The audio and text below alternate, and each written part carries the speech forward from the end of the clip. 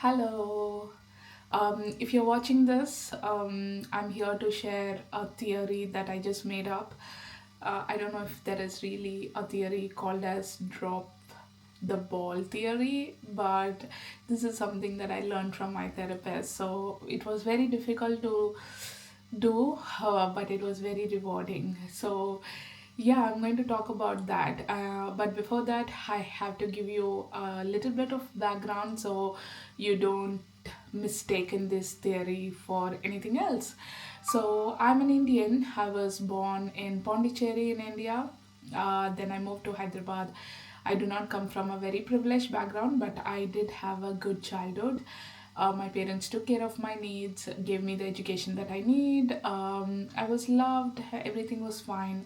But being born in South Indian family, especially if you're not privileged, then education becomes your everything. So your parents focus more on your education than anything else. So that's what my parents did, and they wanted me to get the best education, make sure I get a good job, and I can be on my own feet and earn good money and all of that. And they never cared about, no, I wouldn't say they never cared about, they never given a conscious thought about how am I going to do all of that, or if that's going to make me happy, and which is okay, like giving me education, giving me the food, the care, that's privilege for me.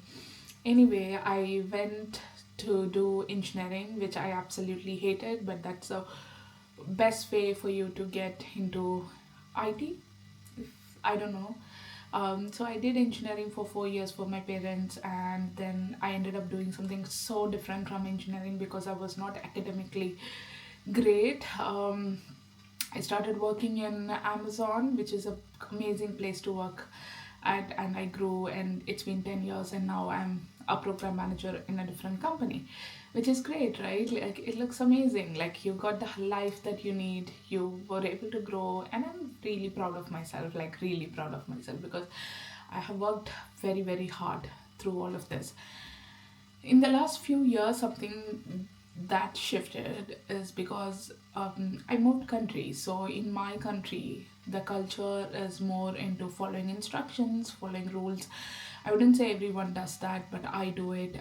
That's how I was taught, so I can be less rebellious when it comes to my work and my education because there's so much in stake. Um, but I can be rebellious outside of this when the stake is not that high. So I want to believe that my soul is rebellious, but I cannot do that all the time because, again, if I do that, it impacts more than me, like my parents, my family, everyone. So I am a rule follower when it comes to work. I follow the rules, I follow instructions, I do the right things, and I can never go outside of not doing the right things, and I always do the right things. That's how I was. I am still. So I have I'm also quiet sometimes, so I'm just doing my thing. I'm doing working hard. I am finishing all the tasks that's assigned to me. That would even take like three people to do. I will still do it very quietly. And if I'm going to die tomorrow and I know it, I will still end up sending the report that needs to go out today. That's how I am at work. Like, I'm not proud, but yeah, that's how I am. So I have been doing this for a very long time, and it did give me the benefits of getting promoted, appreciated at work, and all of those things. But it did take away a lot of things as well. The time that I need for myself, the stress it comes with, the mental pressure, all of those things. Anyway, few years back, it was very difficult for me.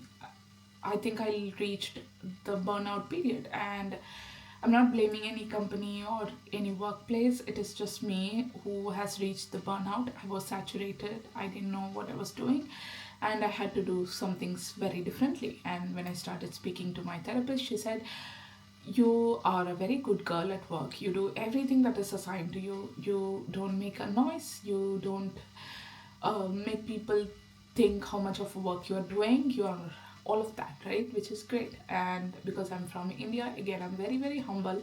I'm not used to the, you know, boasting about my work, which doesn't help me in this case. So, yeah, I was all of that. And then my therapist told me this, that you should drop the ball sometimes. And when I heard this first, it didn't make sense, and I was borderline panicking because that's everything opposite of what I would do at work. She said me that because you're doing everything by yourself and achieving everything, but still people do not see the value in you, and if you cannot talk for yourself, if you can't advertise for yourself, I do stand up for myself when something goes wrong, but I'm not a person who would advertise my work. So you get the point, right? She said, maybe you should drop the ball. And that was so scary. I didn't do it immediately, of course. It took me a few weeks, and I was done. I was burnt out, and I couldn't move my finger. I was in extreme panic and anxiety for days, and I dropped the ball. I didn't send out this report that was meant to go, and I didn't do it. And people noticed me for the first time. They didn't notice me for the work that I was doing. They didn't notice me because I'm kind. They didn't notice me because I am an amazing human being. I show up at work every single day. I listen to everyone. They didn't notice me then, but when I didn't send one report, they noticed me.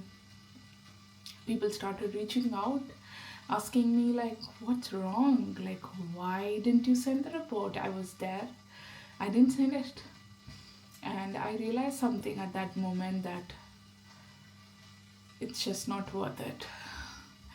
It's just so not worth it. And I took a break. I tried to recover from the burnout, and I am hoping that I did recover, or I am in a different phase right now. But I'm not telling you go ahead and drop the ball. I'm not, I'm just sharing my story. But sometimes dropping the ball helps.